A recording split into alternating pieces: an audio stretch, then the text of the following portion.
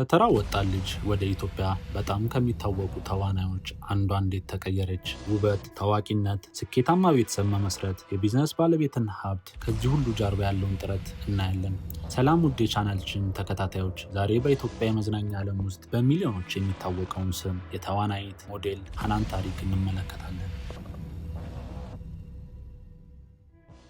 የተወለድሽው አዲስ አበባ ነው? አዲስ አበባ ነው። የት ሰፈር? ደንበል አካባቢ ኦሎምፒያ። የደንበል ልጅ ነሽ? የደንበል የባለቤቱ የደንበል ሰፈር ሰፈሩ። አባትሽ ለስራ መጥተው ነው እዚህ ከእናትሽ ጋር የተገናኙት ወይንስ እንዴት አንቺ ወደዚች ዓለም ልትመጪ ቻልሽ የሚለውን ባቅደስ ይለኛል። ታዲያ እናቴ ነበረ መቅጠር የነበረብክ ዛሬ።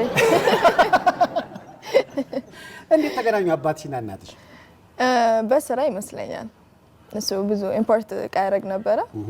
እሳቸው ደግሞ ተቀባይ ነበሩ? ተቀባይ ነበረች። በመሀል ተቀበለች። ሲሉ አንቺ ዱባልሽ። ሃናን ታሪክ ሰኔ 30 ቀን 1994 ዓ.ም በአዲስ አበባ ተወለደች። አባቷ ሱዳናዊ ሲሆኑ እናቷ ደግሞ ኢትዮጵያዊ ናቸው። በልጅነቷ በአብዛኛውን ጊዜ በአያቷ እጅ እንዳደገች ተናግራለች። ሃናን በኋላ ላይ ለፊልም እና ለትወና ያላት ፍቅር የተፈጠረው በአያቷ ተጽዕኖ መሆኑን ተናግራለች። ይህ ፍቅር በኋላ ላይ ወደ ታላቅ ስኬት የሚያመራ ጅማሪ ሆኖላታል። የመጀመሪያ ትምህርቷን በአዲስ አበባ የተለያዩ ትምህርት ቤቶች ተምራ አጠናቃለች። በሁለተኛ ደረጃ ትምህርት ቤት እያለች ነው የሞዴል ውድድርነት በማሸነፏ ትኩረት መሳብ የጀመረችው። በዚያ ጊዜ ጀምሮ ለካሜራ ያላት መስህብነትና ተፈጥሯዊ ችሎታ ብዙዎችን እያስደነቀ የመጣው። አሁን ወደ 7-8 ፊልሞችን ሰርተሻል። ወደ ፊልሙ ዓለም የገባሽበትን አጋጣሚ ታስታውሻለሽ? አዎ በትክክል 12ኛ ክፍል እያለሁኝ እንትን ነበረ የቆንጅና ውድድር እና ትምህርት ቤቴን ወክዬ ነበር የተወዳደርኩት። ከትምህርት ቤቶች ተወጣጣው አሳይን ወክዬ ነበር የተወዳደርኩትና አሸነፍኩኝ።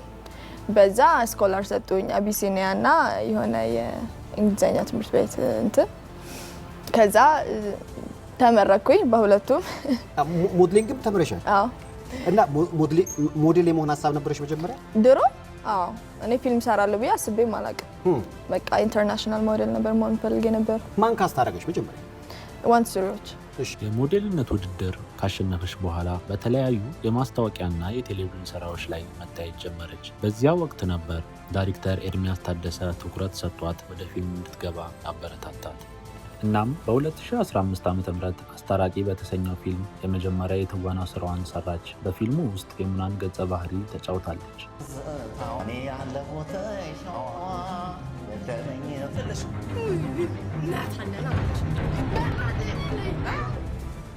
አሁን እሷ የት ነው ያለችው?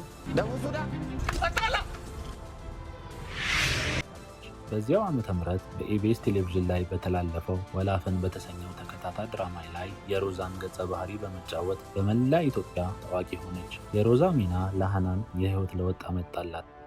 ይኸውልሽ ራይ፣ ነገሩ መፍትሄ እንዲያገኝ ከፈለግሽ የጀመርኩት እቅድ አለ። እሱን ከተባበርሽን በእርግጠኝነት ስኬታማ እንሆናለን። እሺ፣ ይሄንን ስለመተባበር ዝግጁ ነሽ?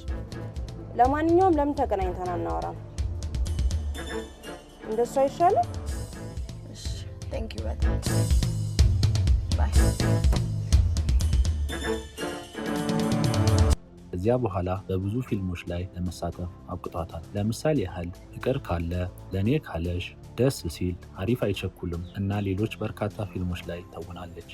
በጥቂት ዓመታት ውስጥ ከኢትዮጵያ በጣም ተፈላጊ ተዋናዮች አንዷ ለመሆን በቃች። ሃናን በትወና ዘርፍ በተለያዩ እውቅናዎችና ሽልማቶችን አግኝታለች። የጉማ ፊልም ሽልማትን ጨምሮ በርካታ ሽልማቶችን ተቀብላለች። ከትወና በተጨማሪም ሃናን በቢዝነስ ዓለም ተሳትፋለች። በቅርብ ዓመታት በፊት አዲስ ዌይ የሚባል ሪል ስቴት ባለቤት ስትሆን ሁሉም ሰው ቤቴ ብሎ የሚጠራው ስፍራ ያስፈልገዋል፣ ራሱ የሚሆንበትና ዘና የሚልበት። እኔ ስለ አዲስ ዌይ ሪል ስቴት ሳስብ እያንዳንዱን አፓርትመንት ስንገነባ ደንበኞቻችን በአፓርትመንት ውስጥ ከቤተሰቦቻቸውና ከጓደኞቻቸው ጋር ምን አይነት ጊዜ ሊያሳልፉ እንደሚችሉ እያሰብን ነው። በተጨማሪም ከታዋቂ ኩባንያዎች ጋር እንደ ሞዴል እና የብራንድ አምባሳደር ሆና ሰርታለች። በማህበራዊ ሚዲያም ተጽዕኖዋ ከፍተኛ ሲሆን በኢንስታግራም፣ ፌስቡክ እና በቲክቶክ ላይ በሚሊዮኖች የሚቆጠሩ ተከታዮች አሏት። በ2017 ዓ.ም የረጅም ጊዜ ፍቅረኛዋን ሜላኬ ብርሃኔን አገባች። ሃናን ያገባችሁ የረጅም ጊዜ ቦይፍሬንዷን ነው። እንዴት ተገናኛችሁ? ከዚህ እንጀምር። ምን አገባ ካው ማወቅ አፈልጉ። ብዙ ወንዶች እንዲያውም የፕሮፖዛሉን ቪዲዮ ሲያዩ ላይክ ከማድረግ ተጣጣ ፕሮፖዛል መደረግ የሆነ ቪዲዮ ነበር። የፕሮፖዛል ነገር አይደለም ግን ሰርጉ ሲደርስ ነገር እየወጣ ማለት ነው። ከዛ በኋላ እኔ እንደውም በጣም ብዙ ሜም ያያየሁኝ ነበርና እቺ ልጅ ስታገባ ግን የሆነ ገርልፍሬንድ ተነጠቅኩ ይመስለኝ እኔ ምናምን ያሉ ወንዶች ነበሩ። እንዴት ታውቃችሁ? እንዴት ነበር ታውቃችሁ ነው ወይስ በምን አገባህ እንለፈው? አይ ምን ጋር ምን ችግር የለም። እቺስ ምን አረጋለሁ ከተጠየቀ ይሄ ሁሉ ሰው ያለ እዛም እየጠበቁን ነው። የተዋወቅነው አንድ ጓደኛዬ ልደት ነበረበትና ሬስቶራንት እራት እየበላሁኝ እሱ የሱ ጓደኛ ነበረ። ከዛ በኋላ ያሳፍራል አይደል? እና እኔ ነኝ ያየሁት። አሁን ብዙ ሰው የሚመስለው እሱ የጠበሰኝ ነው። እኔ ነኝ ባሪ የጠበስኩት። ትዳራቸውም በብዙ ታዋቂ ሰዎች በተገኙበት ደማቅ ስነ ስርዓት ተካሄደ።